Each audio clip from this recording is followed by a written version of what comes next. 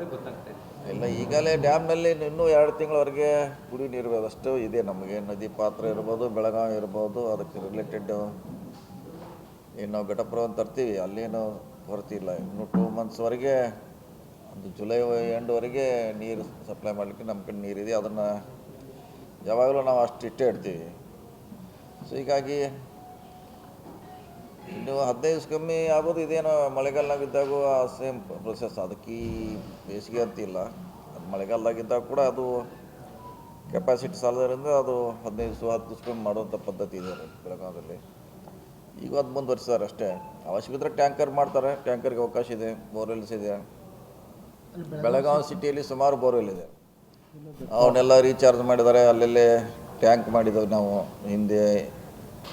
ಹಿಂದಿನ ಅವಧಿಯೊಳಗೂ ಹಿಂದಿನ ಎಲ್ಲ ಅವಧಿಗಳಲ್ಲೇ ಟ್ಯಾಂಕ್ ಇದ್ದಾರೆ. ಅಲ್ಲೆಲ್ಲಿ ವಿದಿನ್ 100 ಮೀಟರ್ನಲ್ಲಿ ಸಪ್ಲೈ ಮಾಡಲಿಕ್ಕೆ ಮಹಾನಗರ ಪಾಲಿಕೆ ಅವಕಾಶ ಕಲ್ಪಿಸಿದೆ. ಇಲ್ಲ ಅದೇ ಹೇಳಿದಲ್ಲ, ಇಡಕಲ್ ಡ್ಯಾಮ್ನಲ್ಲಿ ಇನ್ನೂ 2 ತಿಂಗಳವರೆಗೆ ಇಟ್ಕೊಂಡಿದ್ದೀವಿ ನಾವು. 2 ಮಂತ್ಸಿಗೆ ಆಗುವಷ್ಟು ನೀರು ನಮ್ಮ ಕಡೆ ಇದೆ. ಸೊ ಅಂತ ಆತಂಕ ಪಡುವಂಥದ್ದು ಅವಶ್ಯಕತೆ ಇಲ್ಲ. 2 ಮಂತ್ಸ್ ಆದ್ಮೇಲೆ ನೋಡೋಣ. ಈಗ ಅಲ್ಲಿವರೆಗೆ ಜುಲೈ ಎಂಡ್ವರೆಗೆ ನೀರಿದೆ. ಅದು ಇನ್ನೂ ಕಂಪ್ಲೀಟ್ ಆಗಿಲ್ಲ. 24 hours ಇನ್ನೂ ಕೆಲಸ ನಡೀತಾನೆ ಇದೆ. ಹಂಗೆ ಅದು ನಡೀತಾನೆ ಇದೆ.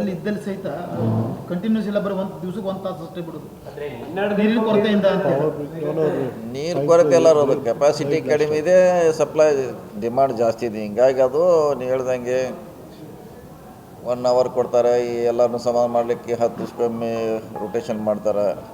ಸೊ ಹಿಂಗಾಗಿ ನೀರಿನ ಕೊರತೆ ಎಲ್ಲ, ನಮ್ಮಲ್ಲಿ ಸಪ್ಲೈ ಮಾಡುವಂಥ ಸಿಸ್ಟಮ್ ಇಲ್ಲ. ಗಂಭೀರತೆ ಆದರೆ ಏನು ತಯಾರಿ ಮಾಡ್ಕೊಂಡ್ರಿ ಅಂತ ಬೆಳಗಾವಿ 15 ದಿನಕ್ಕೊಮ್ಮೆ ನೀರು ಬರ್ತಾ ಇಲ್ಲ ಸರ್. ಆಮೇಲೆ ನೀರಿನ ಟ್ಯಾಂಕರ್ಗೆ ಖುದ್ದು ನಾವೇ ಚೆಕ್ ಮಾಡಿದರೆ 1500ರಿಂದ 2000 ರೂಪಾಯಿ ಒಂದು ನೀರಿನ ಟ್ಯಾಂಕರ್ಗೆ ಡಿಮ್ಯಾಂಡ್ ಮಾಡ್ತಾ ಇದ್ದಾರೆ ಸರ್.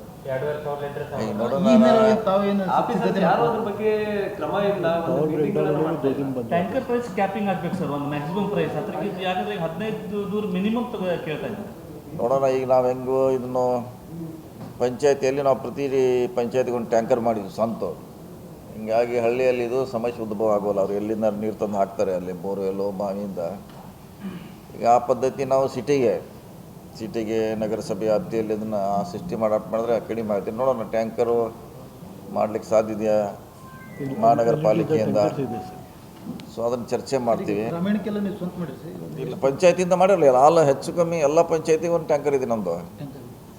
ಹಿಂಗಾಗಿ ಅಲ್ಲಿ ಸಡನ್ ಆಗಿ ಅದನ್ನು ಅದರಿಂದ ಸಪ್ಲೈ ಮಾಡ್ತಾರೆ. ಮಾಡಬೇಕಲ್ಲ, ಮಾಡಿ DC ಅವ್ರ ಗಮನಕ್ಕೆ ತರ್ತೀವಿ. ಸೊ ಅವ್ರಿಗೆ 38 ರೇಟ್ ನೋಡ್ಬೇಕು. ರೇಟ್ ಯಾವ ರೇಟ್ ಹಾಕ್ತಿದ್ದಾರೆ.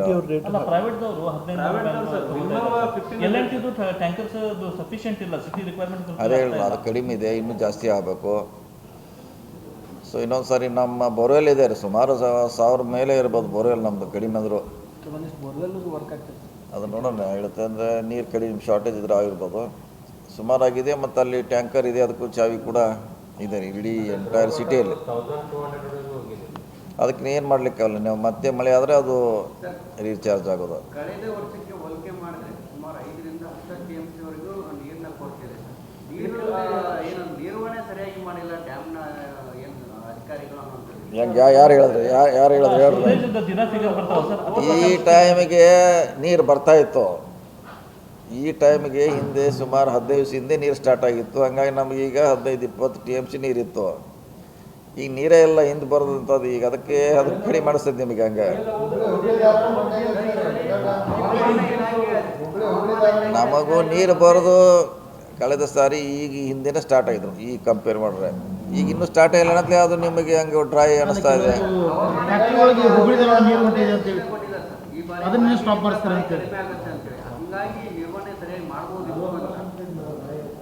ನೋಡಿ, ಮಳೆ ಬರೋದು ಅಂತ ಯಾರಿಗೇನು ಮುಂಚೆನು ಗೊತ್ತಿಲ್ಲ. ನಮ್ಮದು ಜೂನ್ 15ರಿಂದ ಮಳೆ ವಾಡಿಕೆ ಅಂತ ಸ್ಟಾರ್ಟು.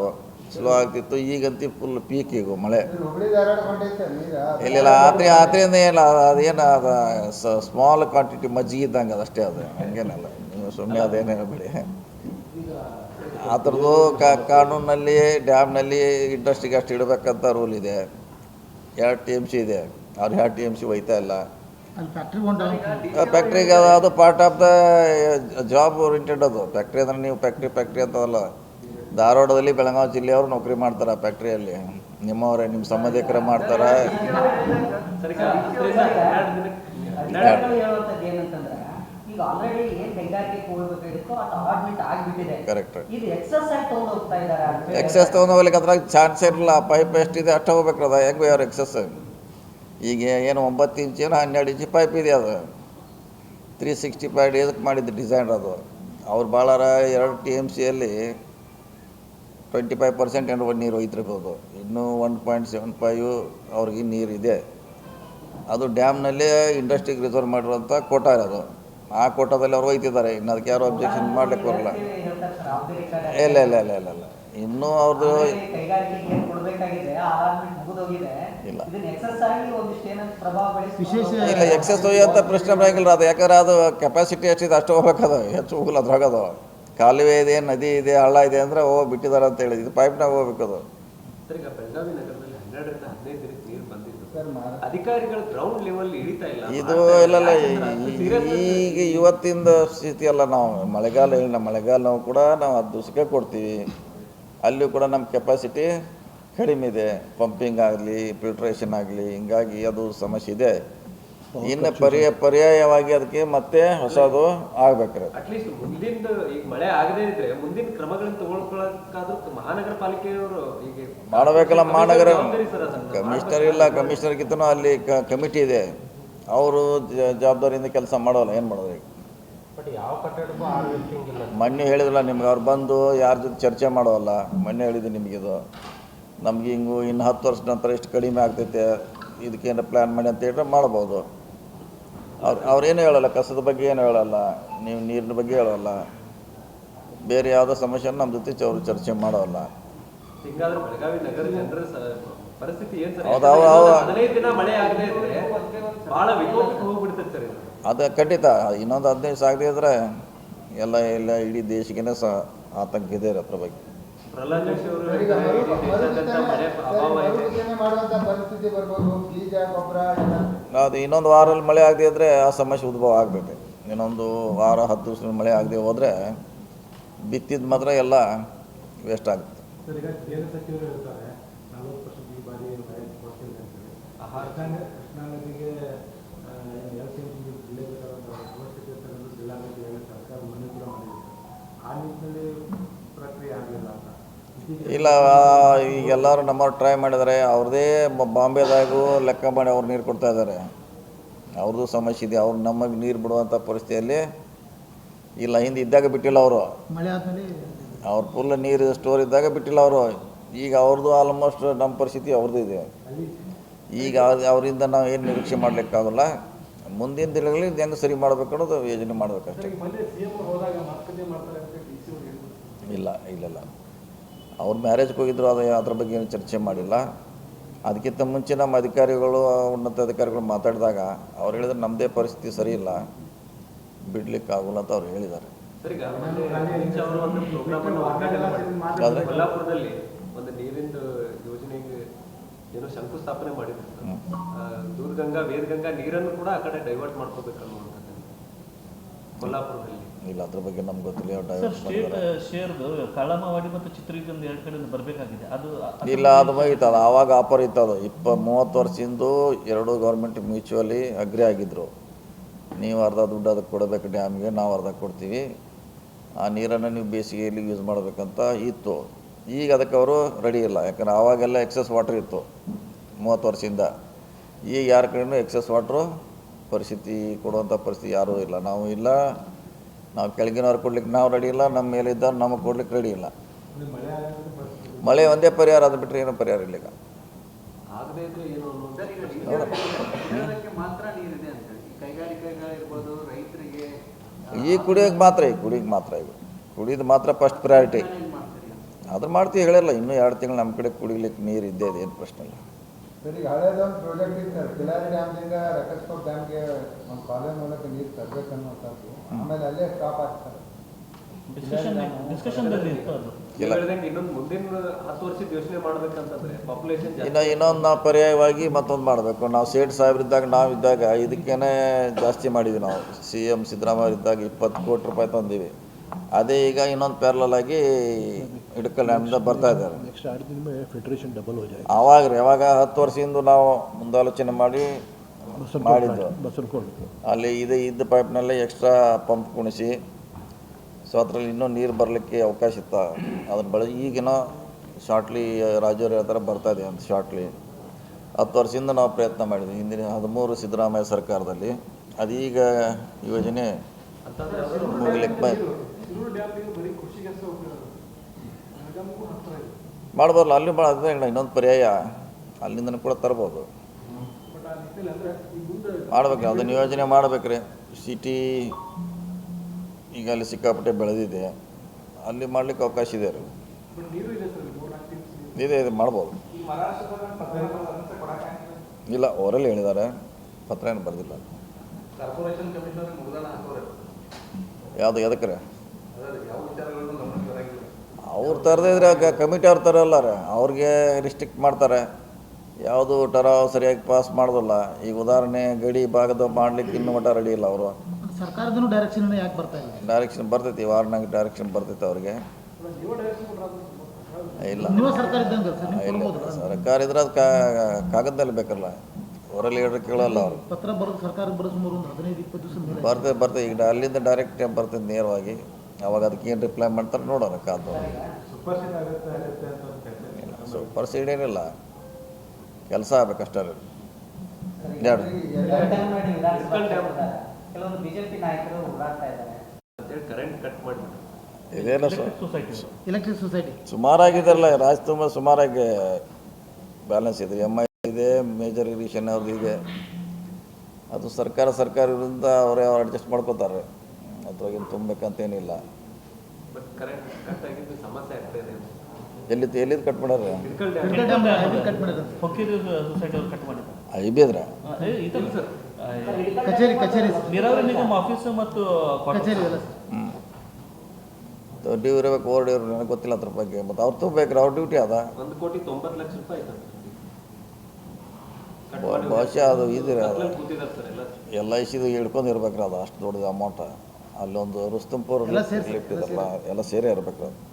ಸರ್ ಮೊದಲು ಬೆಳಗಾವಿಯಲ್ಲಿ ವಾಟರ್ ಬೋರ್ಡ್ನಿಂದ ನೀರು ಸಪ್ಲೈ ಮಾಡ್ತಿದ್ರು, LNTಯಿಂದ ಮಾಡ್ತಾ ಇದ್ದಾರೆ. LNTವರಿಗೆ ಮೊದಲಿಂದಲೂ ಕಂಪ್ಲೇಂಟ್ಸ್ ಇದ್ದವು, ರೋಡ್ ಹಾಕ್ತಾರ ಇದು ಮಾಡೋದಿಲ್ಲ, ಎಲ್ಲ ಊರು ತುಂಬೆಲ್ಲ ರೋಡ್ ಸಿಟಿ ತುಂಬೆಲ್ಲ ರೋಡ್ ಹಾಕಿರ್ತಿದ್ದಾರೆ ಸರ್. ಎಲ್ಲೂ ಭಾಳ ಸಮಸ್ಯೆ ಆಗಿರ್ತದೆ, ನೀರು ಸರಿಯಾಗಿ ಸಪ್ಲೈ ಆಗ್ತದೆ.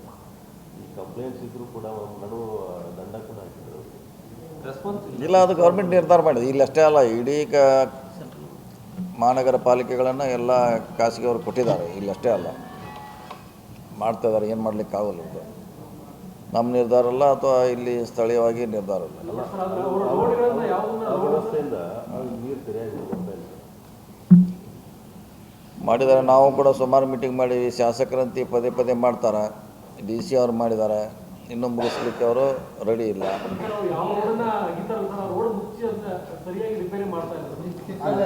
ಕಾರ್ಪೊರೇಷನ್ ಕಾಂಟ್ರಾಕ್ಟರ್ ಕೊಟ್ಟಿದ್ದೇವೆ. ಈ ಜನ ಹೇಳ್ತಾ ಇದ್ದಾರೆ ಸರ್, ಮೊದಲು ವಾಟರ್ ಬೋರ್ಡ್ ಇದ್ದಾಗ ಚೆನ್ನಾಗಿತ್ತು ಅಂತ. ಇಲ್ಲ, ವಾಟರ್ ಬೋರ್ಡ್ ಇದ್ದಾಗ ನೀವು ಹೇಳೋದು 20 ವರ್ಷದಿಂದ ಜನಸಂಖ್ಯೆ ಕಡಿಮೆ ಇತ್ತು, ಸಣ್ಣ ಏರಿಯಾ ಇತ್ತು, ಸಪ್ಲೈ ಮಾಡ್ತಿರೋ. ಈಗ ಅದ ಸಿಸ್ಟಮ್ನಾಗ ಈಗ 2 ಪಟ್ಟು ನಾವು ನೀರು ಸಪ್ಲೈ ಮಾಡಿದ್ರೆ ಅದು ತೊಂದರೆ ಆಗಿದೆ. ಇನ್ನು ಪ್ಯಾರಲಲ್ ಆಗಿ ಮತ್ತೊಂದು ಸಪ್ರೇಟಾಗಿ ಬರಬೇಕು. ಅದರಲ್ಲಿ ಕರೆಕ್ಟ್ ಪ್ಲಾನ್ ಇಲ್ಲ ಅವರಿಗೆ. ರಸ್ತೆ ಕಾಮಗಾರಿ ಮುಗಿತದೆ ಸರ್, ಸ್ಮಾರ್ಟ್ ಸಿಟಿ ಅವರು ಕಾರ್ಪೊರೇಷನ್ ರಸ್ತೆ ಕಾಮಗಾರಿ ಎಲ್ಲ ಮಾಡ್ತಾರೆ. ಅವ್ರು ಮಾಡಿದ್ಮೇಲೆ ಇವ್ರು ಹಡ್ಡಿ LNT ಅವ್ರು ಯಾರು ಮತ್ತೆ ಕಾರ್ಪೊರೇಷನ್ ಕಮಿಷನರ್ ಮತ್ತೆ ಯಾರು ಇಲ್ಲ. ಮೊದಲು ಮಾಡಬೇಕು, ಕಮ್ಯುನಿಕೇಶನ್ ಮಾಡ್ಕೊಂಡು ಪೈಪ್ಲೈನ್ ಮಾಡಬೇಕು, ಆನಂತರ ರೋಡ್ ಮಾಡಬೇಕು. ಒಂದು ಕಡೆ ಅಲ್ಲ ಸರ್, ಇಡೀ ಸಿಟಿ ತುಂಬ ಆಗಿದೆ. ಎಲ್ಲ ಕಡೆ ಸಮಸ್ಯೆ ಆಗಿದ್ರೆ ಅದು ಯಾರೂ ಕೇಳೋಲ್ಲ, ಅವ್ರಿಗೆ ಮಾಡ್ತಾರೆ. ಆಮ್ಯಾಗ ರಿಪೇರಿ ಹಾಡುಗು ನಿರಂತರವಾಗಿ ನಡೀತಾನೆ ಇದೆ. ಅದು ಎಲ್ಲರೂ ಈಗ ರಾಜು ಅವರು ಹೇಳ್ಬೇಕಾದ್ರೆ ಹೋಗ್ರಿ ಕಮಿಟಿ.